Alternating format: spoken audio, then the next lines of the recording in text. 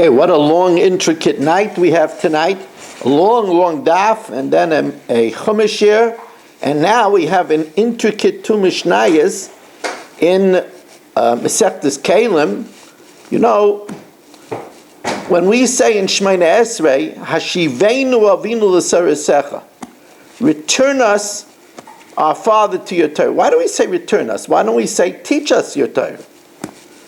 It means return us to what we learned in our mother's womb.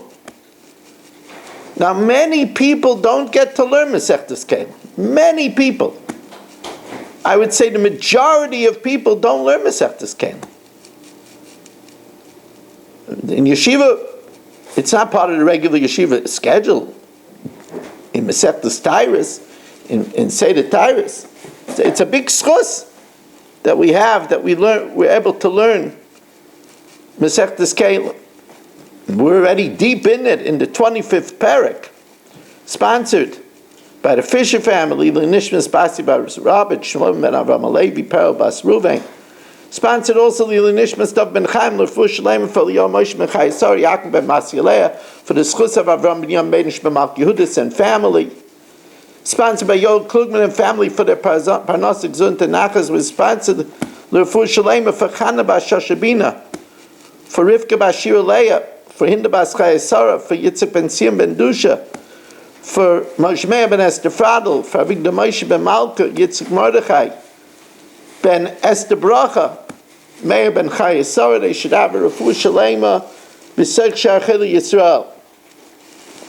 Again, this whole parak is predicated on the complex halacha that liquids normally, Tamidika liquids would normally not be able to be Metame Kailim.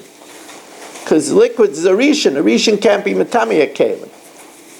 However, since there is a rare liquid that's an Avatuma, the urine, the spittle of a Zav or a Zava, therefore they decreed that liquid should be Midrabana Metame Kailim. But since it's Drabana, therefore we wouldn't burn the truma, to remember that it's only rabbinical, they made a change that if the liquid touched the outside of the keli, only the outside becomes tameh, the inside doesn't become tameh. If it touches the inside, the whole keli becomes tameh. So now we're going to start taking apart a keli. Kanei Kailim, the base of the Kailim, V'hagneim, the rim of the Kailim, V'azneim, you know, the handle is attached to holes in the Kailim. Those holes are considered the ears.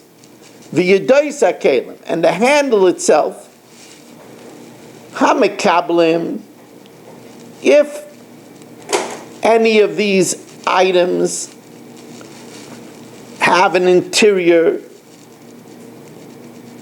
that can hold a liquid, so therefore it has a law of an inside and an outside.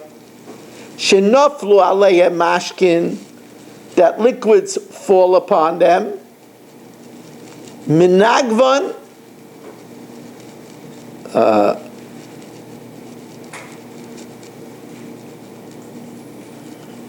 if not the handle, if the handle and the rim and the base and the holes that hold the handle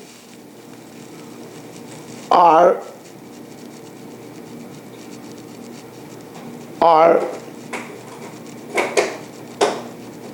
and the liquid, if these handles and these rims and these bases are attached to a keli that has a kibble, an interior, so it has a din of an inside and an outside. Shenafla alei mashkim, that liquid fell on these ancillary parts. Minagvan, dry them off, v'heim tahirin. No, it's the secondary part does not become tamei, and the rest of the utensil also doesn't become tummy. Because the Chachamim only made the tumah, remember this is only gzeira because of the liquids of a zav or a zava. They only made gzeira on the interior of a vessel or on the outside, that only the outside becomes tumah, but not on the ancillary attachments. Now, what about parts that don't have an outside and an inside? Ushar kol hakeilim she'ein lehem acharayim v'seich. They're flat. They don't have an outside and an inside. She'nofla mashkin al miksasai. There, if liquids fall on a part, even on its handle, even on its rim, kulei tummy. It all becomes tummy. It's a special halacha. Now, kli shenit ma'achayra v'mashkin. This is, if a keli, the liquid that's tummy touches the outside, where we know the outside becomes tummy, but what about the handle? What about the rim? What about the base? Achorav tmeim, only the outside is tummy. Of course, we said the inside doesn't become tummy. That's how we remember it's drabanan. But also the ugnai, the rim, the oznai, and the holes that hold the handle, the yodav and the handle, tahirim. Nitma taichai, but if the inside becomes tummy, then kulai tummy. It's all tummy, even the secondary parts, even the ancillary parts, even the handle, even the rim, even the base. Wow. That's the first Mishnah. Whew. Now, besides having an inside and an outside, some Kailim have an indentation that you could stick your hand in to hold the Kailim. Today, we don't have many Kailim that have that. Right? Most of our pots have handles that stick out. But they used to have Kailim that the way you held it is there was an indentation and you put your hands into the indentation. That's known as a base tziviyah. Again, this is a very detailed mesechta. Kol ha-keilim that yesh lehem acharayim v'seich, they have an inside, outside, they have an inside. V'yesh lehem base tziviyah, they also have an indentation. So,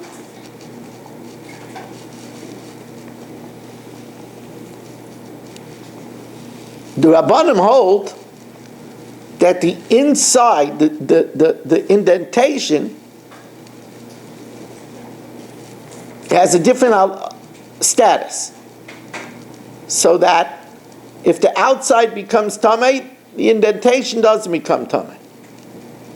If the indentation becomes tamei, the rest of the outside doesn't become tamei. However, Rabbi Tarfanaimer, la'areva gedola shel eitz. If you have a large trough of wood, trough was, they sometimes put dough into it to knead it. They sometimes put food in it for an animal.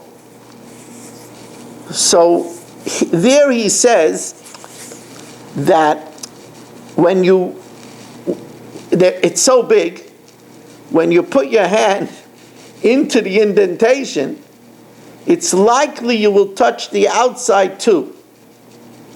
So there we say that if you put your hand in an indentation, the outside also becomes tummy. Rabbi Kiva says even the kaisais, even for an indentation for cups, we're worried they're going to touch the outside. Now, Reb Meir Omer, we said that we're citing over here a kula, that when you touch the indentation, you're not going to touch the outside of the keli. So Reb Meir says, Liyadayim atmeis, to a person who has a hand that's a sheni l'tumah, and he touches the hand grip, so in that case,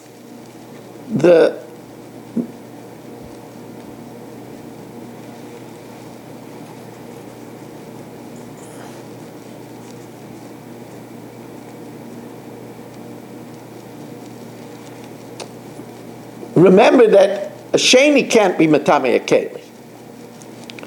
The problem is that in the exterior of the keli is wet. His hands that are sheni, if it touches the exterior of the keli, since it's wet, it's going to be matame that liquid, and then that liquid will be matame the exterior of the keli. So Reb Meir says that we say that when he touches the indentation with his hands that are sheni, we're afraid he might touch the outside which has liquid on it, and that liquid in turn will be metame the keli. But it's like in one word, hatmeis is all of that. V'hatahoros, if his hands are tar, and he touches the hand grip, but the outside of the keli has liquid that's tummy, that would be matame his hands. So in there also we're afraid that when he does the hand grip, he's going to touch the exterior of the keli.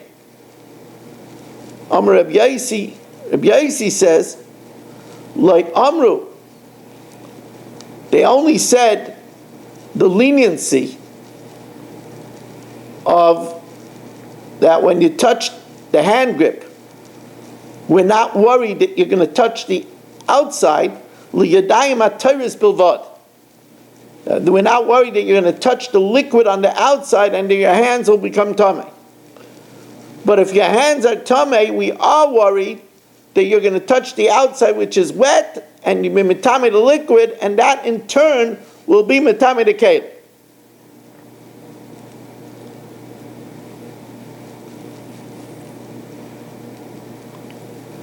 So Reb Meir is lenient both in regard to the hands that are tamei, and he's not worried you're going to touch the exterior of the keli and be metame the liquid, and he's not worried about it when your hands are tar that it's going to touch the tummy liquid on the outside. Rabbi Yosi says we only say the leniency where your hands are tar. But when your hands are tamei, we are worried that it's going to touch the outside liquid, which in turn will be matame the outside of the keli. Wow. Talk about complicated mishnayos. We thank you for this triple crown. If you just joining us from Mishna Yomis, we want to remind you that very soon we will have a beautiful Kitzeitze shir available on TorahAnytime.com, the Kitzeitze gems, and on YouTube and on Kol HaLashon. It's already on Kol HaLashon. Thank you for joining us, and have a wonderful evening.